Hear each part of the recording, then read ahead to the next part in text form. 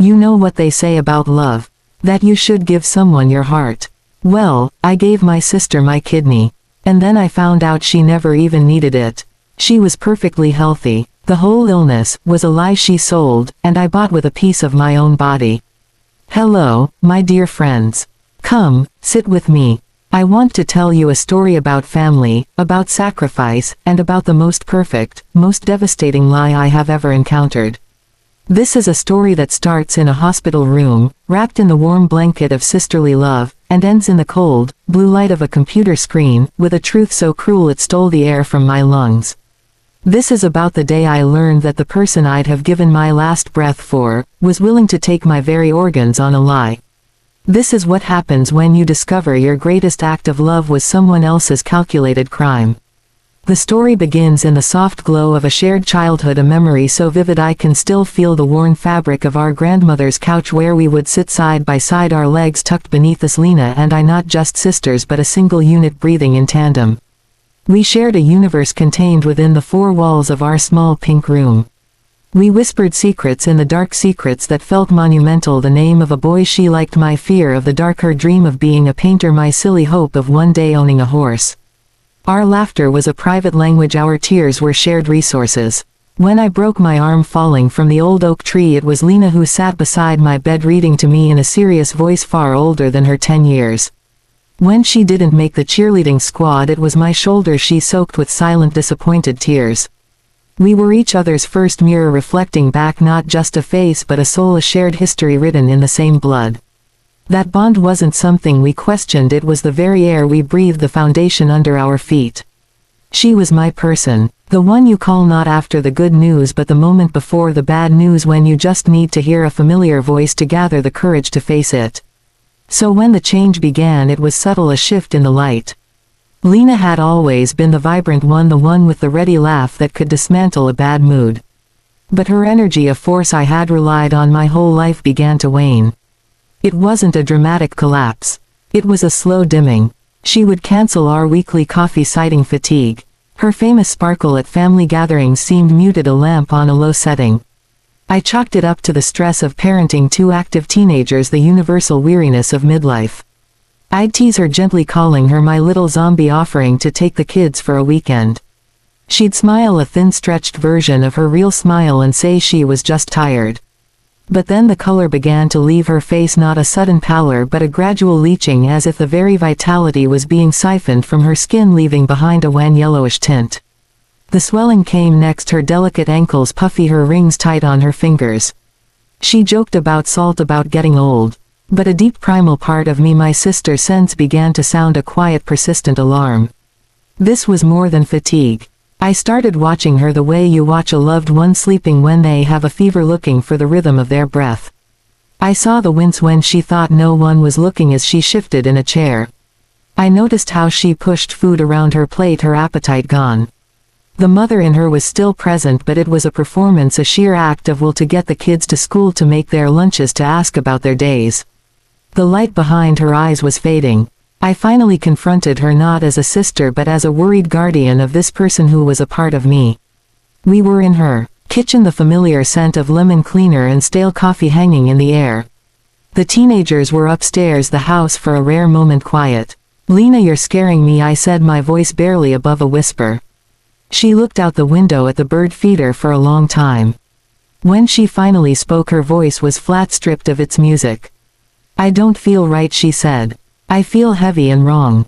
Everything is an effort. It's like I'm drowning on dry land."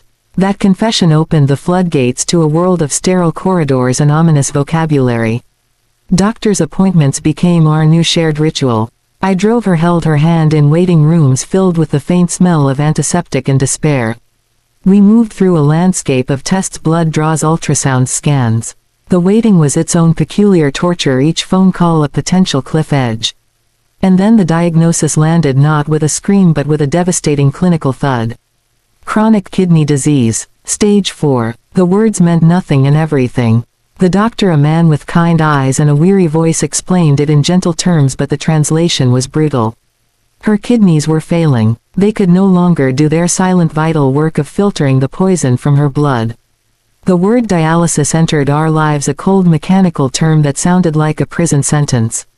3 times a week for hours hooked to a machine that would do what her body could not. It would keep her alive, but it would not let her live. It would drain her time, her energy, the very essence of her days. And the wait for a transplant from a deceased donor, he told us, could be 5 years or more.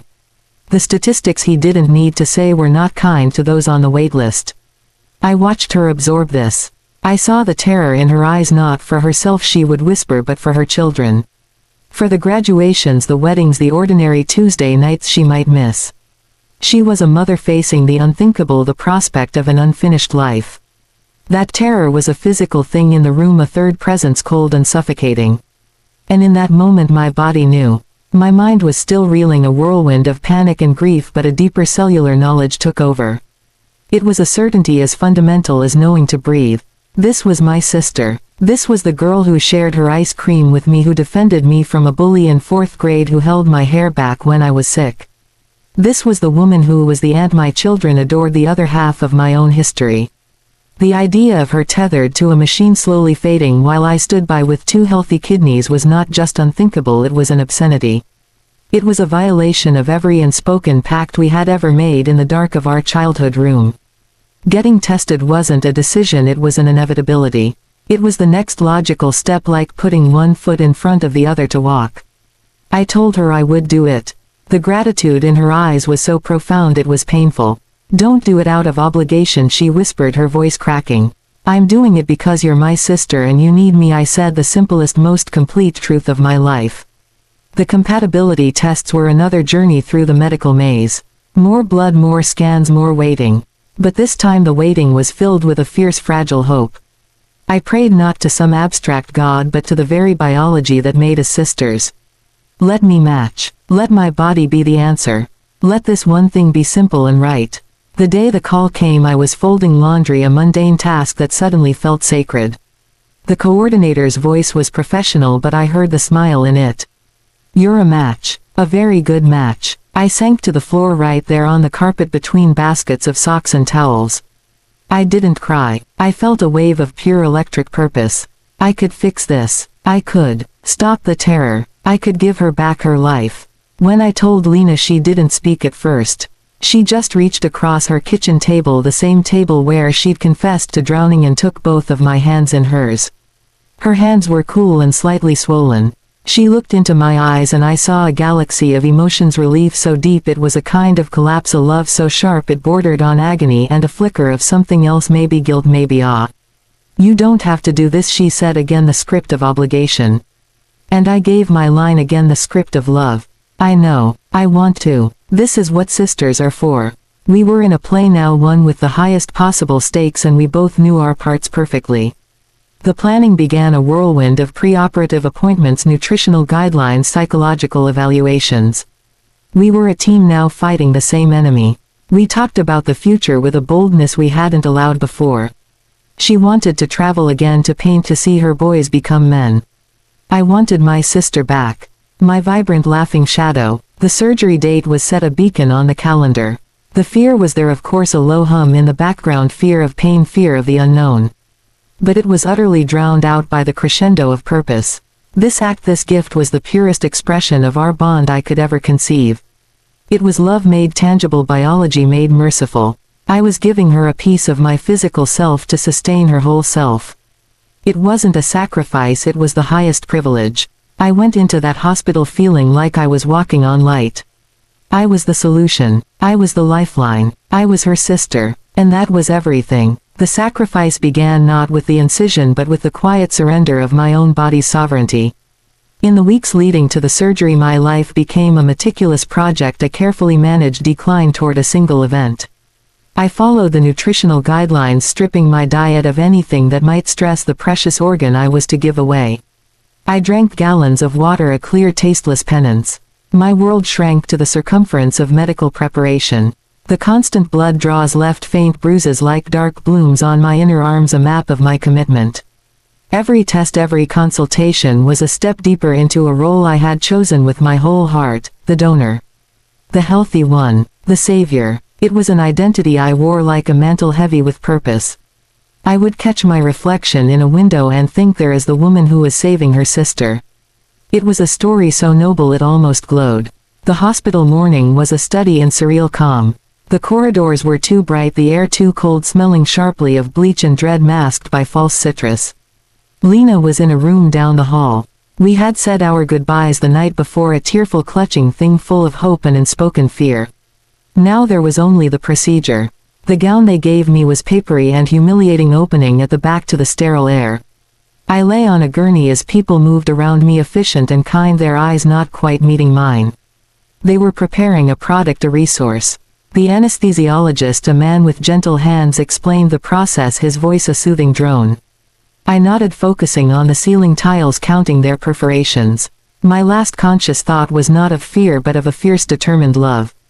This was for Lena. This was the ultimate proof. Then the world dissolved into a cool nothing. Waking up was not a return but an arrival into a new kingdom of pain.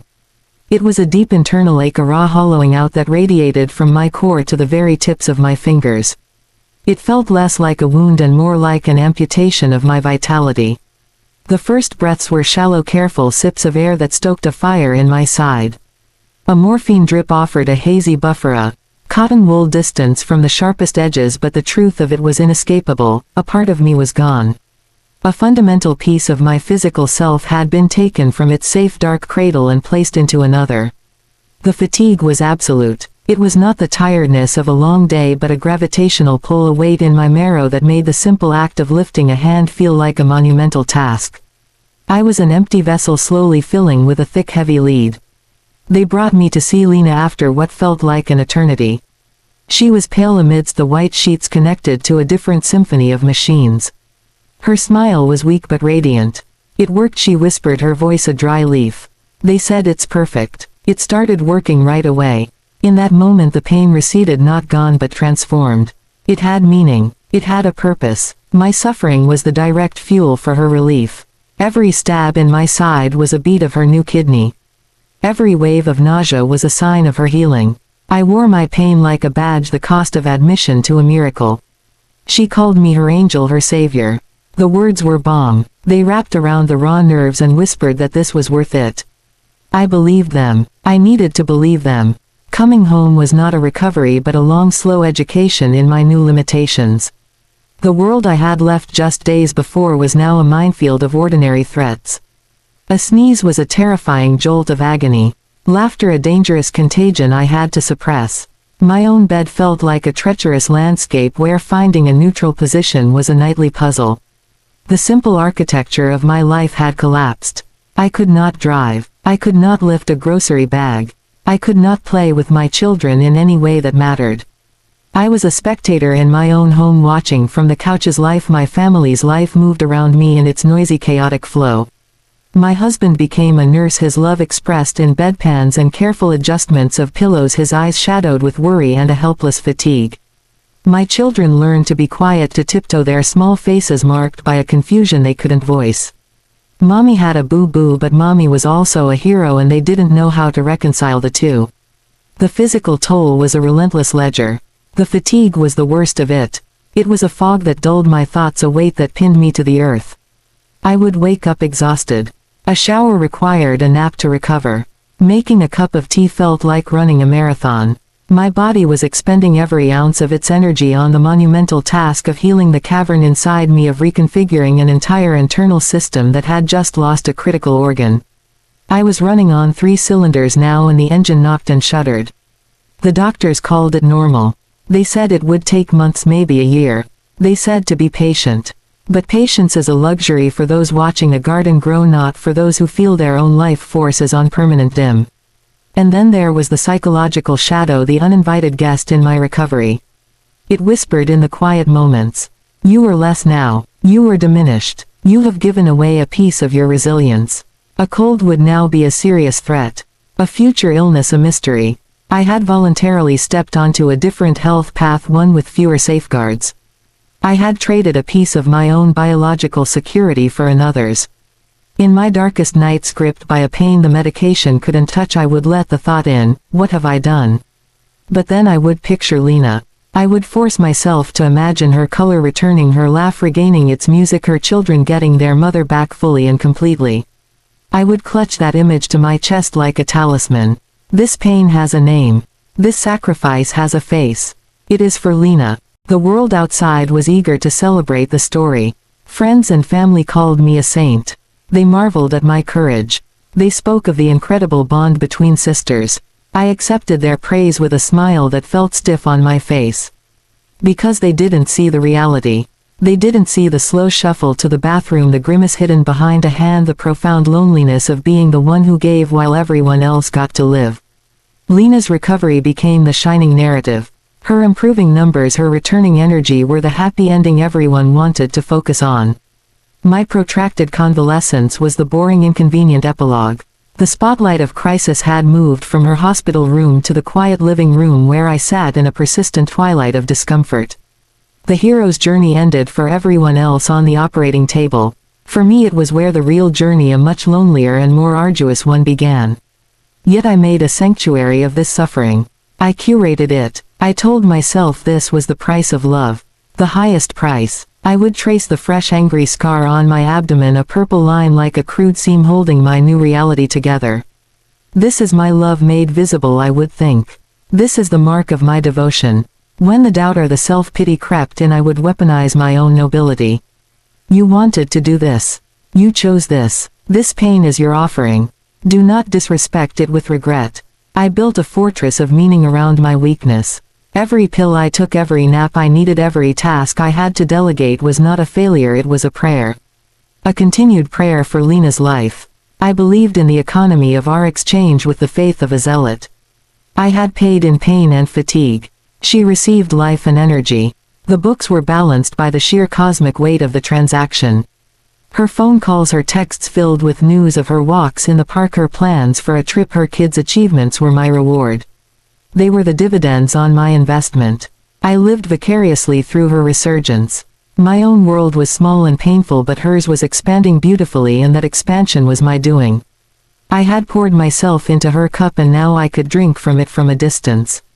The hollow space inside me was not an emptiness, I told myself. It was a sacred hollow, a reliquary that once held a gift for my sister. The fatigue was not a depletion, but the honorable fatigue of a soldier after a righteous battle. I had won. We had won. And in that fragile, carefully constructed narrative I found the strength to get through each long, slow day. The sacrifice was total. It was my body, my time, my independence, my sense of wholeness. But I gave it all willingly for a story that was so beautiful, so true. Or so I desperately needed to believe. The foundation of that entire belief system, however, was not built on the bedrock of truth but on the shifting sands of a lie I had not yet uncovered. The pain was real. The fatigue was real. But the purpose I had attached to them, the glorious meaning that made them bearable, was about to be ripped away, leaving only the raw, naked suffering behind. The first flicker of doubt was not a lightning bolt of revelation. It was a small cold thing, a sliver of ice that formed in the warm sea of my belief. It began with her voice on the phone. Just 6 weeks after the surgery, her voice had regained its old music, the lilt and cadence I had mourned during her illness. But now there was a new note underneath the energy that was almost frantic. She was planning a trip, she told me. Not a quiet convalescent retreat, but a hiking trip to a national park out west. She sent me links to trails with names like Angel's Landing and photographs of sheer red rock faces. I was lying on my own couch at the time, a dull, persistent ache in my side as familiar now as my own heartbeat. The screen of my phone glowed too brightly in the dim room. Hiking? I asked, my voice careful. So soon? The doctor said to take it easy for a good while, Lena. There was a pause on the line, a beat of silence that felt suddenly charged. Oh, I'll be careful, she said, and the laugh that followed was too high, too quick. I'm not going to run a marathon. It's just some gentle walks. The brochure says it's for all fitness levels. But the brochure in my mind showed her scrambling over rocks, her new kidney jostling inside her, the scar that mirrored mine perhaps stretching under the sun. A knot of something unfamiliar tightened in my stomach. It wasn't just concern. It was a dissonance. My body was a prison of caution. Hers was already a vehicle for adventure. The evidence mounted not in dramatic reveals but in quiet, corrosive drips. Photos began appearing on social media. Not of her in hospital beds or resting at home, but of her at parties. A backyard barbecue where she stood leaning against a railing, a glass of wine in her hand, her face tilted to the sun, smiling a wide unburdened smile. The caption read, "Feeling like myself again. So grateful for every sunset." I stared at the picture. The wine. She was drinking wine. My own medication strictures screamed in my head. The immunosuppressants, the delicate balance her new body had to maintain. I had researched it all obsessively in my own long fearful nights. Alcohol was a danger, a threat to the kidney's stability. I told myself she was just holding the glass for the picture. It was a prop. It had to be. But the smile was not a prop. The ease in her posture was not a prop. She looked more than recovered. She looked reborn. While I was still carefully measuring my life in spoonfuls of broth and teaspoons of energy, she was drinking from the cup of life in great greedy gulps. Then came the visit. She came to my house for the first time since the surgery, a whirlwind of sense and sound. She swept in wearing a bright yellow dress that seemed to hold sunlight. She hugged me carefully, but her embrace felt strong, solid. She smelled of coconut sunscreen and expensive perfume. "You look amazing," I said, and I meant it. The yellowish tinge was gone, replaced by a golden tan. The puffiness around her eyes had vanished. Her eyes themselves held a sparkle I hadn't seen in years. "So do you," she lied brightly, her gaze skating over my own pallor, the loose clothing I still wore to accommodate my tender middle. She bustled around my kitchen making tea as if she owned it, chattering about her boys' soccer games, about a new art class she was taking, about the hiking trip which was now upgraded to include whitewater rafting. I watched her move. There was no hesitancy, no protective hunch around her middle. She bent to pick up a stray toy my son had left on the floor, a movement that would have sent a flash of warning through my own body. She did it without a thought. I made a joke then. It was a weak thing born of that growing dissonance. I said, while Lena saved some of that miracle recovery for the rest of us. "I'm still figuring out how to get out of bed without a strategy session." I meant it to be light, to tease out an acknowledgement of our shared experience of the strange twin journey we were on. But the room changed. The air stiffened. Her husband Mark, who had been quietly looking at his phone in the corner, looked up sharply. Lena's vibrant smile froze for a fraction of a second before it reset, brighter and more brittle. "Oh, you know me," she said, her voice a notch too loud. "I've never been good at sitting still. The doctor says activity is good for me. Gets the blood flowing to the new tenant." She patted her side, but her eyes didn't meet mine. They darted toward Mark, who gave a small, almost imperceptible shake of his head. It was a microsecond of communication, a silent warning shot across the room. Then the moment was buried under more chatter about rafting guides and waterproof cameras. But the sliver of ice in my gut grew. Why the defensiveness? It was just a joke. A shared joke between sisters who had been through a war. Shouldn't we be able to laugh about the scars? After they left, the silence in my house was deafening. It was a different silence than the one I had grown used to. That was a silence of absence, of depletion. This was a silence humming with a terrible new frequency, suspicion. I replayed the visit in my head like a corrupted video file looking for glitches. Her energy wasn't just good, it was preternatural. Her knowledge of the details of her own care was oddly vague. When I had asked about her latest creatinine levels, she had waved a hand. "Oh, they're great. Perfect. Just what they want to see." She offered no numbers, no specifics. I, who could recite my own numbers like a somber poem, found that strange. My own recovery was a dense novel of medical details, every lab report a chapter in my slow progress. Hers was a breezy pamphlet. I began a new and terrible ritual. I started watching her digitally. Her social media profiles, once a source of happy distraction, became a source of forensic anxiety. I scrolled back through the months before the surgery. I looked at the photos she had posted during her supposed rapid decline. There was one of her in a garden 3 months before the transplant. The caption read, "A good day. Soaking up the sun while I can." She was smiling, but she looked thin, tired. I zoomed in. Her cheeks were slightly hollow. It fit the narrative. But then I found another one from the same week, a photo someone else had tagged her in. It was at a school fundraiser. She was laughing, head thrown back, holding a platter of cupcakes. She didn't look hollow. She looked like a woman who had maybe skipped a few meals, but not a woman whose body was poisoning itself from within. The cognitive dissonance was a physical ache. I was the detective of my own betrayal, piecing together a case I didn't want to believe. The most haunting evidence was not in pictures or words but in absence. She never complained. Not once. In all our calls and texts she never mentioned a side effect from the powerful immunosuppressants. No nausea, no tremors, no heightened sensitivity to the sun. She never talked about the fear of rejection, that dark cloud that hangs over every transplant recipient. For me, every twinge in my side was a potential catastrophe. For her, every day seemed to be a sunny celebration. I tried to broach it once over the phone.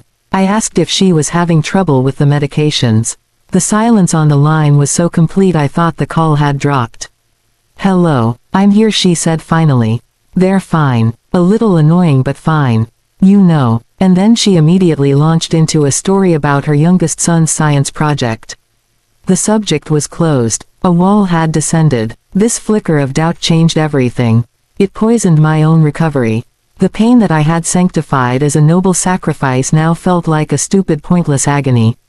The fatigue that was my offering to the gods of sisterhood now felt like a theft from my own life with no reciprocal gift given. The careful narrative I had built, the fortress of meaning around my suffering, began to crack. The winds that got in were cold and mocking. What if? The two most terrifying words in the human language. What if she wasn't as sick as they said? What if the need wasn't so dire? What if my gift was not a life-saving necessity but a luxury? An overpayment. A grotesque extravagance. I fought the thought. I drowned it in a torrent of guilt. How could I think such a thing? This was Lena, my sister. She had looked so ill. The doctors had the tests. I had seen the reports. I was a monster for doubting her. I was just jealous of her speedy recovery, jealous that she got to live while I was stuck in this half-life. I pathologized my own suspicion. I told myself it was a symptom of my trauma, my own psychological reaction to the massive physical violation I had undergone. The mind seeks reason where there is only randomness. It was easier, I thought, to believe I was going crazy than to believe she had been lying. But the ice sliver wouldn't melt. It fed on every bright postcard she sent from her new life. It grew with every evasive answer. It thrived in the contrast between my grim reality and her sparkling fiction. The doubt was no longer a flicker. It was a small, cold, steady flame burning in the dark cellar of my mind. It illuminated nothing but shadows, but those shadows were beginning to take shape. They had the form of questions with answers I was too terrified to seek but could no longer avoid. The love that had compelled me to give was now twisting into something else, a desperate need to know the truth. The hero's journey was over. The detective's grim work was about to begin. And I was standing on the threshold of that terrible new landscape, utterly alone, armed with nothing but a painful body, a tired mind, and a heart that was starting to fracture along a fault line I never knew was there. The discovery was not a dramatic break-in. It was a slow, silent drowning in the cold blue light of a computer screen. It happened on a Tuesday afternoon. The house was quiet in that heavy way it gets when everyone is gone and you are left alone with the hum of the refrigerator and the weight of your own thoughts. I was sitting at the desk in the little room we called the office, though it mostly held old textbooks and unpaid bills. The dull, familiar ache in my side was my constant companion, a rhythm I had learned to breathe around. I was logging into the patient portal for my own checkup, a monthly ritual of scrolling through lab results I only half understood, looking for the reassuring green checkmarks that meant I was still healing. My profile was linked to Lena's, a checkbox we had both agreed to in a flurry of pre-surgery solidarity. Share information with designated family support person. It was meant for convenience, so I could help manage appointments or pick up prescriptions. A gesture of trust. A symbol of our intertwined journey. I had not clicked on her tab since before the surgery. There was no need. She was the success story. She was out living. But that day the sliver of ice in my gut had grown into a full glacier. The contrast between her vibrant online life and my own stagnant reality had become too stark to ignore. It was a quiet scream in my head. I stared at the portal's dashboard.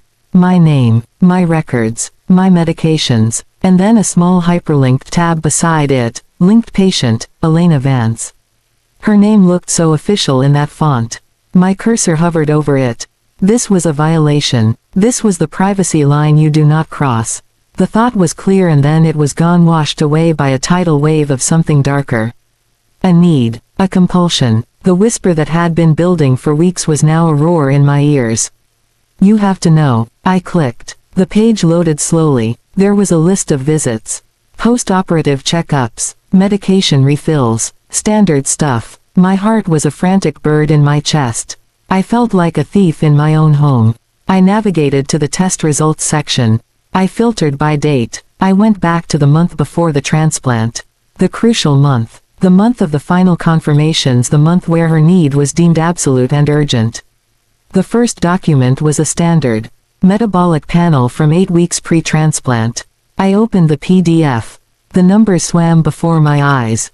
I had become an amateur nephrologist in my own misery. I knew the key markers. I scanned for serum creatinine, the number that measures waste in the blood, the number that had been the villain of our story. Lena's had been reported as critically high, life-threateningly high. The number on the screen was 0.9 milligrams per deciliter. I blinked. I leaned closer. The normal range for a woman was listed right there, 0.6 to 1.1. Hers was well within the normal range. It was not borderline. It was not concerning. It was smack in the middle of normal. A healthy number. The kind of number I would have killed for in my own recent labs. A strange calm descended. This was a mistake. A typo. This was the wrong test. I closed it. I opened another. A comprehensive metabolic panel from 6 weeks pre-transplant. I scrolled. Creatinine, 0.88 milligrams per deciliter. Estimated glomerular filtration rate (eGFR), the percentage of kidney function. Hers was listed at 92. Normal is 90 and above. Hers was normal. Better than normal. My breathing became very shallow. The dull ache in my side flared into a sharp spike. I opened another. And another. A urinalysis. Results. Unremarkable. No protein spillage. No signs of damage. A renal ultrasound report. Findings. Both kidneys appear normal in size, shape and echogenicity. No evidence of hydronephrosis, cystic disease or parenchymal abnormalities. The words were clinical and dry. They were also the most violent words I had ever read. Each one was a hammer blow to the foundation of my world. Normal. Unremarkable. No evidence. This couldn't be. These were the raw reports. The ones the doctor had summarized for us in that gentle voice, pointing to graphs that supposedly showed a steep decline. I had seen those graphs. I had seen the lines plummeting toward disaster. But the data in front of me was not plummeting. It was a flat line of perfect health. With trembling hands I navigated to the doctor's notes. The visit summaries. I found the one from our final consultation 2 weeks before surgery. I opened it. Subjective. Patient reports ongoing profound fatigue, nausea, decreased appetite, swelling in extremities. States she feels like I'm dying. Appears visibly fatigued and pale in clinic. Objective. Vitals stable. Physical exam notable for mild peripheral edema. Present today with her sister, potential donor, for support. Assessment. End-stage renal disease ESRD, secondary to presumed rapidly progressive glomerulonephritis. Condition critical. Transplant is urgently needed to preserve life. Donor sister is an excellent match. Proceed with living donor, nephrectomy is scheduled. Plan. Schedule living donor transplant for date. I read it again. And again. The subjective section was what Lena reported. What she stated. The objective findings were so minimal. Mild edema. That could be from anything. Salt, a bad night's sleep. But the hard data, the lab results, they were not there in the note. They were not cited. The diagnosis was presumed. It was based on her story. Her performance. The room began to tilt. I felt a nausea that had nothing to do with my medication. I felt the hollow space inside me not as a sacred reliquary but as a raw gaping wound. I had been carved open for a presumption. For a story. I went further back. A year before. 2 years before. I pulled every lab report I could find. I compiled them in a frantic, messy spreadsheet of my own ruin. Month after month. Creatinine. 0.91, 0.89, 0.93, 0.87. A beautiful, boring parade of perfect health. There was no decline. There was no crisis line on a graph. There was only the flat peaceful plane of a functioning body. Then I found the outlier. A single test from 4 months before surgery. It was from a different lab. A private lab not affiliated with her main hospital. On this one report her creatinine was listed at 4.2 milligram per deciliter, a number consistent with near total kidney failure. The report looked official, but it was an island. The test before it was normal. The test after it was normal. All the tests from her primary hospital before and after it were normal. It was a lie, a single fabricated data point, a piece of paper bought or forged, planted in a record to create the illusion of a crash. The smoking gun. I sat back in the chair. The computer's glow was the only light in the room. It was the light of a new and terrible sun rising on a landscape of utter devastation.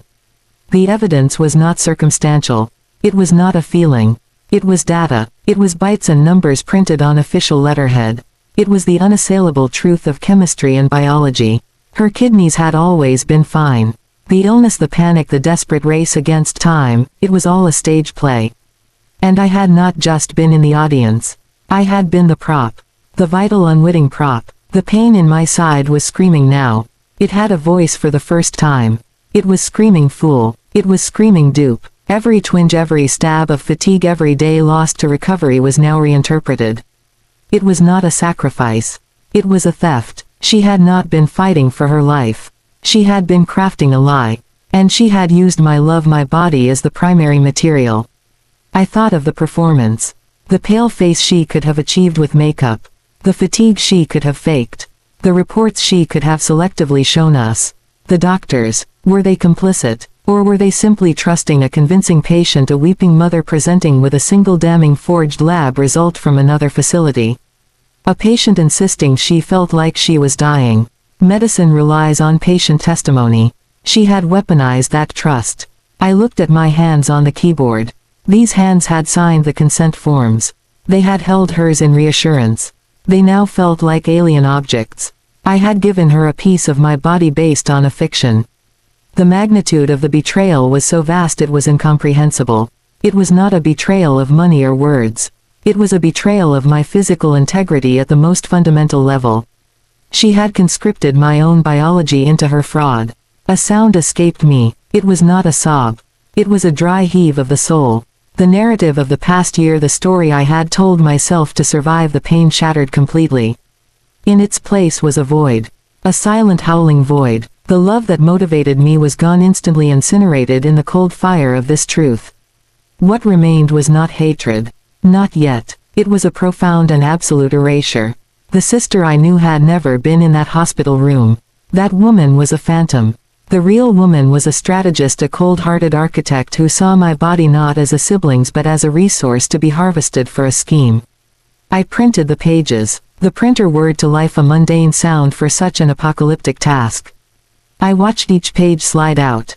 Each one was a warrant for the end of my old life. I collected them. The normal lab reports. The glowing ultrasound. The single fabricated high result. The doctor's note based on her performance. I held the stack of paper. It had weight. It was the physical manifestation of the lie. It was so much heavier than the scar on my body. I did not cry. The tears were frozen somewhere deep behind my eyes, locked in the permafrost of shock. I simply sat in the blue light, holding the proof of my own evisceration. The digital betrayal was complete. The truth was no longer a flicker, a doubt, a sliver of ice. It was a continent of ice, and I was stranded in the middle of it, completely alone. The journey from this chair, the next step, it was unthinkable. But the evidence was in my hands. And it was perfectly healthy. The confrontation did not begin with shouting. It began with a text message so simple it felt absurd. "We need to talk. Can you come over?" I sent it and then sat at my kitchen table, the stack of printed pages a cold, inert presence in front of me.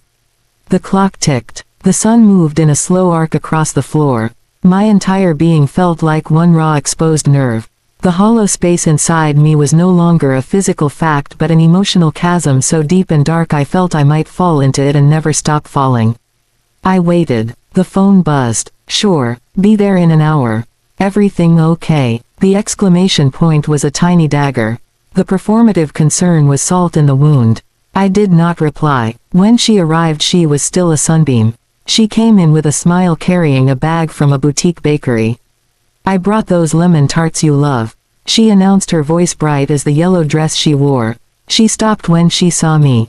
Saw the papers. Saw my face. The smile didn't vanish, but it stiffened. It became a mannequin smile pasted on a suddenly watchful face. "What's all this?" she asked, setting the bag down carefully. "Sit down, Lena." My own voice surprised me. It was flat and dead, a voice from the bottom of a well. She pulled out a chair slowly, her eyes never leaving the papers. She glanced toward the door as if calculating an exit. The vibrant energy she'd brought in with her seemed to leak away, leaving behind something watchful and still. "You're scaring me," she said, but the tremor in her voice wasn't fear. It was the tremor of an actor who feels the script has been changed. I didn't hand her the papers. I slid the top sheet across the table. The normal creatinine result from 8 weeks before the surgery. She looked at it. Her face showed nothing. A perfect blank. "What is this?" she asked. "It's your lab work." "I know what it is. Why are you showing me old lab work?" "Look at the number, Lena." She glanced down. "Okay, it's normal." She shrugged, a delicate movement of her shoulders. "So, I had good days and bad days. You know that." I slid the next sheet. The normal result from 6 weeks out. Then the one from 4 weeks. The urinalysis. The ultrasound report that declared both kidneys normal. I built the wall of evidence brick by brick in front of her. She looked at each one. Her expression didn't change. It was a masterpiece of neutral detachment. She was not reacting to evidence. She was waiting out a storm. "They're all normal," I said, the deadness in my voice cracking for the first time. "Every single one from your primary hospital. For 2 years. There is no decline. There is no kidney disease." Now she looked at me. Her eyes were hard and clear. "That's impossible. You saw how sick I was. The doctors diagnosed me. The doctors diagnosed you based on what you told them and one single bad lab report." I slid the final piece across the table. The lone damning report from the private lab with the catastrophic number. I placed it next to the stack of normal ones. An island of lies in a sea of truth. This one. This is the only one that showed failure. It's from a lab no one else uses. It doesn't match anything before it or after it. A flicker then. A tiny crack in the marble of her composure. A tightening at the corner of her eye. She said nothing. "You were never sick, Lena." The words hung in the air between us, final and absolute. She leaned back in her chair. The watchfulness turned into something else, a kind of weary calculation. The performance was over. I saw the moment she decided to stop pretending. It was not a collapse. It was a shift. She didn't crumble. She settled. The vibrancy drained away, not into sickness but into a cold, stark practicality. She looked at me not as a sister but as an opponent across a negotiating table. "What do you want?" she asked. Her voice was different now, stripped of all its music. It was the voice of the real woman. The question was so monstrous it took my breath away. "What do I want? I want to understand. I want to know why. I gave you a part of my body." She sighed, a sigh of immense inconvenience. She looked at the papers, then back at me. "It wasn't about you. It was literally about me. My kidney. It was about the policy," she said, as if explaining something simple to a child. "What policy?" "The critical illness insurance. The disability policy." She said it plainly. "I took them out 3 years ago. $1,500,000 each. Payout requires definitive proof of a catastrophic life-changing condition. Something chronic. Something dramatic." She traced the edge of the damning lab report with a perfectly manicured finger. "Kidney failure requiring an immediate transplant. That's definitive. That's catastrophic. It triggers the full payout. No questions asked." The room seemed to warp. The words were English, but they made a sense that was alien and horrifying. You took out insurance. So you faked an illness. To get money. It wasn't just money," she said, a flash of her old passion returning, but it was a passion for her own scheme. It was freedom. It was a new life. It was getting out from under the debt, the mortgage, Mark's failing business. It was security for the boys.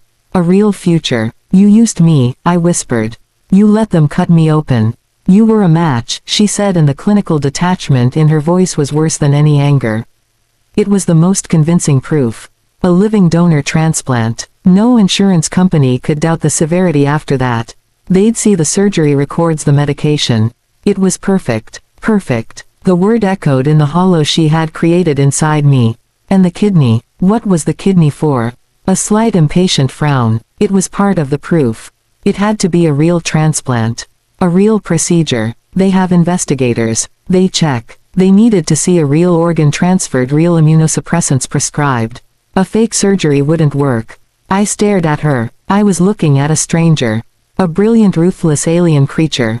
My sister was gone. In her place was a CEO of a terrible small business, and I had been her supplier. Her raw material. So my kidney, it was just a receipt. A piece of evidence for your fraud. It's not fraud, she snapped, her eyes flashing. It's a strategic leveraging of a system. The premiums were crippling us. We were paying for this payout. We just expedited the claim. The moral universe had inverted. My sacrifice, her crime. My pain, her strategy. My love, her tool. The sheer scale of the coldness was incomprehensible. You poisoned yourself, I said, piecing it together. To get the symptoms. The fatigue, the swelling. She nodded once. Low doses. Just enough to mimic it. To get the subjective reports. To look the part in the doctor's office. It wasn't hard. And you were going to take those immunosuppressants forever. To sell the lie. She gave a small dismissive wave. Only for a year or two. Until the payouts were fully settled and invested. Then a convenient rejection episode. A tragic but inevitable complication. The kidney fails. I go back on dialysis for a little while, then quietly get better. A miracle remission. These things happen. The plan was so elegant, so clean in its monstrous logic. A multi-year performance with my body as a key prop. The pain in my side was a white-hot fire now.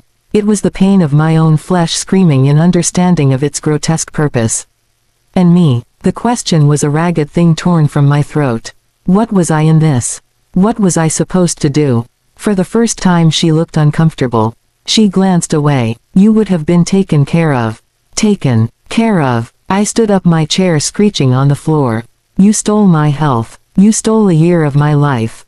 You turned me into a cripple so you could buy a bigger house. It's not like that. She stood too, facing me. The mask was fully off now. This was the real Lena, driven not by malice but by a terrifying amoral pragmatism. You were struggling too. Your job was stagnant. Your savings were nothing. Once the money came through, I was going to help you. A trust for your kids. A payoff for your mortgage. You were an investor. You just didn't know it yet. An investor. I was an investor in my own mutilation. The justification was the most horrifying part. She had woven me into her narrative not as a victim but as a silent beneficiary. She had stolen from me and called it a future gift. You're a monster, I breathed. I'm a mother, she shouted, her composure finally breaking. I did what I had to do to secure my children's future.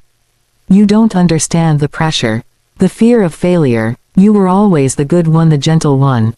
You never had to fight for anything. This was my fight. And yes, I used what was available. I used the tools I had. And you were the perfect tool. You were so willing, so loving. It was easy, easy. The final blow. My love, my willingness, my very nature made me the perfect mark. My greatest strength was the flaw she exploited. The betrayal was now complete. It was not just a crime of the body. It was a desecration of every memory, every shared laugh, every whispered secret. It made our entire past a lie, rehearsals for the final performance. I looked at her standing there in her yellow dress, defending her atrocity as maternal love. I saw no remorse, only a fierce defensive pride in the cleverness of her scheme. The sister I knew was not just gone. She had never existed. The person before me was a product of a different world, a world where love was a currency and family was a resource. Get out, I said. My voice was quiet again. Emptied. We can work this out, she said, switching tactics, her voice softening into a wheedling tone. Think of the money. Think of what we could do together now. No one has to know. Get out of my house. She looked at me for a long moment. She saw the finality. The love that had once been there was now a scorched earth. She picked up her purse. She straightened her dress. At the door she paused. She didn't look back. You'll never prove anything, she said. It wasn't a threat. It was a statement of fact from the CEO. The doctors believed me. The records are a mix. It's my word against yours. And I'm the sick one. I'm the victim. Then she was gone. The silence she left behind was different. It was not the silence of doubt or pain. It was the silence of aftermath. The silence after a bomb has gone off. Everything was in ruins. The truth was not a relief. It was a heavier, more terrible burden than the lie had ever been. The motive was not passion or hatred. It was a cold financial equation. My body had been a line item. My love had been a loophole. The confrontation was over. There was no screaming match, no hair-pulling drama. There was only the devastating quiet of understanding. The motive was the most ordinary evil in the world, greed wrapped in the justification of family. And I was left standing in the wreckage of my own life holding the worthless receipt for my sacrifice. The aftermath was not an explosion. It was a slow settling of dust. A bitter quiet filling the spaces where love and family and sound used to be.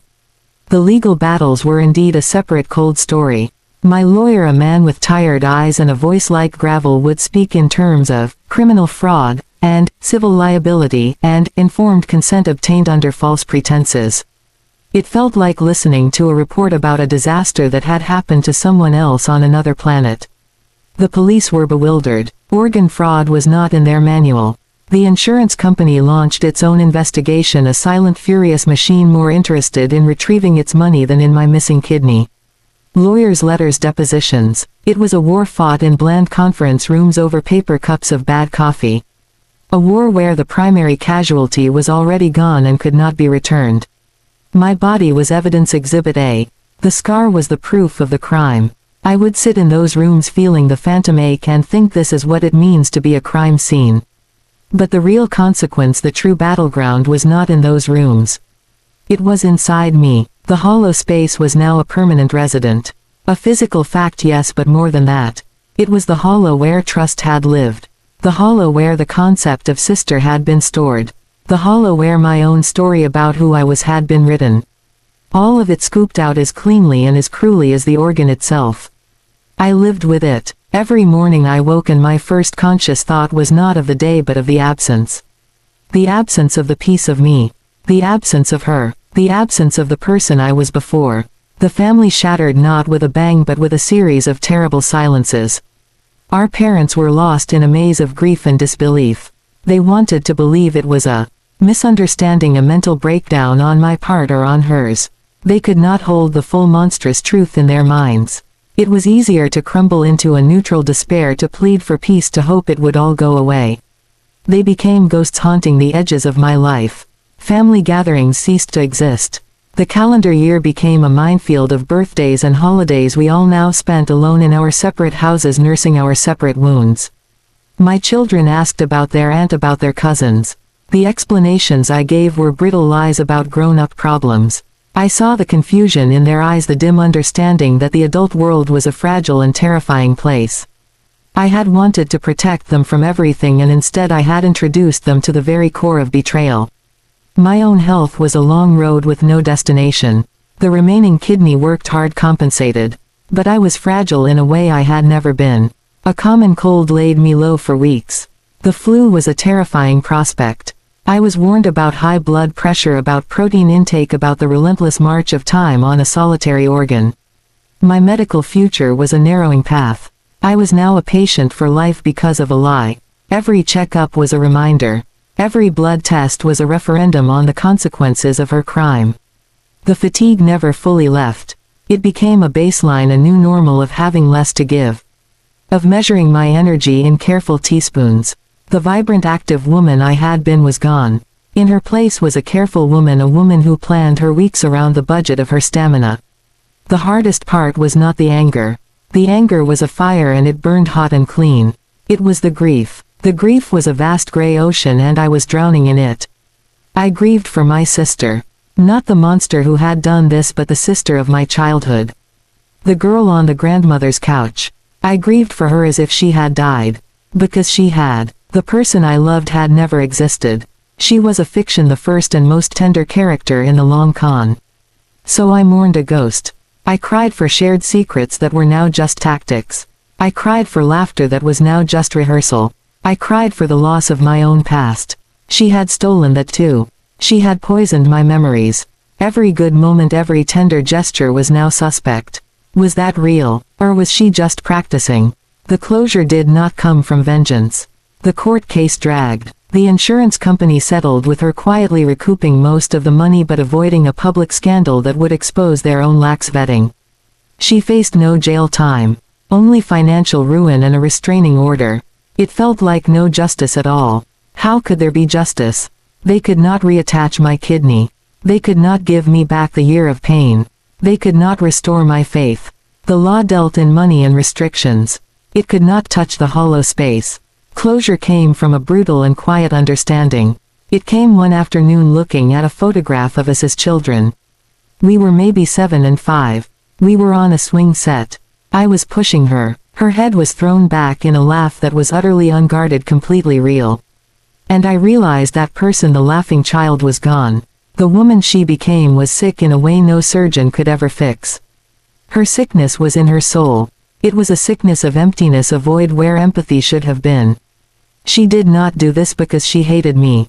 She did it because she could not truly see me. I was not a person to her. I was a function, a resource, a part in her plan. To hate her was to still grant her the humanity of a villain. She was not a villain. She was a void. That understanding was my first step off the battlefield. The war was over because the enemy was not a person I could fight. It was a condition I had to accept. Like a diagnosis. My sister was morally bankrupt. Terminally so. The closure was in pronouncing her dead to me.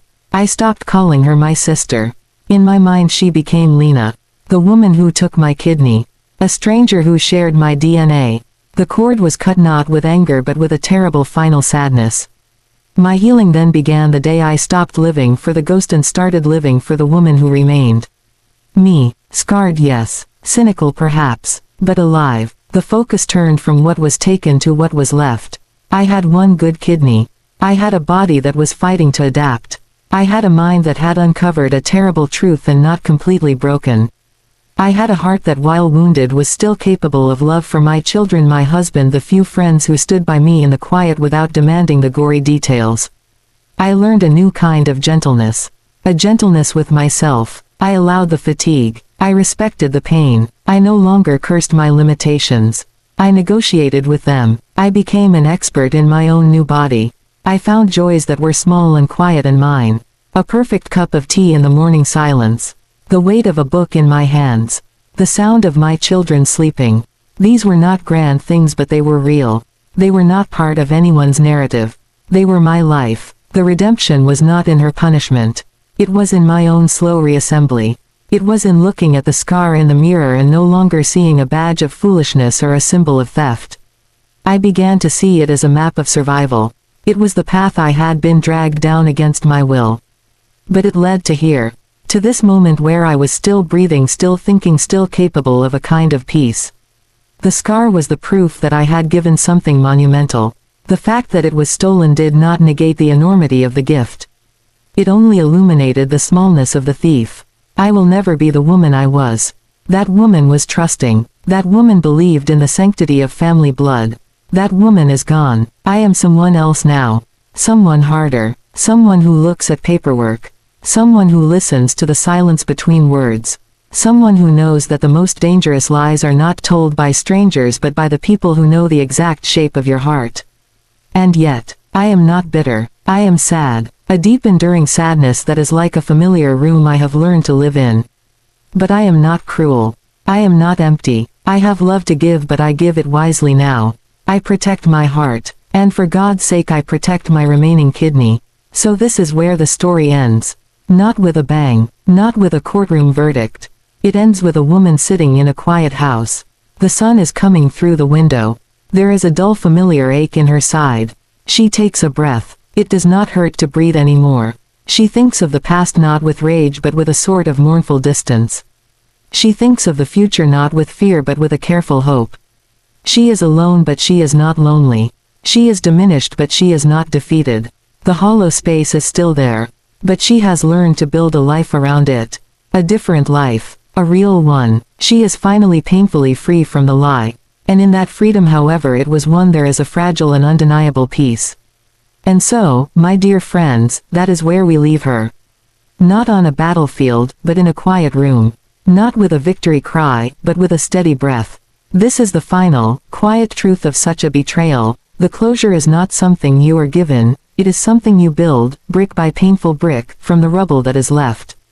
This story was never about a kidney. It was about the violation of a sacred trust, the weaponization of love, and the slow, agonizing birth of a new self from the ashes of the old one. The woman in this story paid the highest price imaginable, not just in flesh, but in faith, in memory, in her very understanding of the world. Yet, look what she forged from that pain. A wisdom that is unshakable because it was written on her very bones. A discernment that will protect her for the rest of her days. A love for her own life that is fierce and quiet and deeply, profoundly her own. She learned that some wounds do not fully heal. They become part of your geography. You learn to navigate around them. You build your homestead on the stable ground that remains. And in doing so, you discover a strength you never knew you had, a strength that could only be born in that particular darkness. So remember her story when you think of your own bonds. Let it remind you to be generous, but to be wise. To love deeply, but to protect the sacred temple of your own body and spirit. And if you are ever in the shadows, if you are ever the one picking through the wreckage of a trust destroyed, know this: the path out is not marked by vengeance. It is marked by the simple, monumental act of turning away from the ruin, and taking one single step toward a peace that is yours, and yours alone. You build a new life, not by forgetting the hollow space, but by weaving your future around its edges. And in that act of creation, you find your true redemption. Until next time, my dear ones, be gentle with your hearts, and guard your blessings well.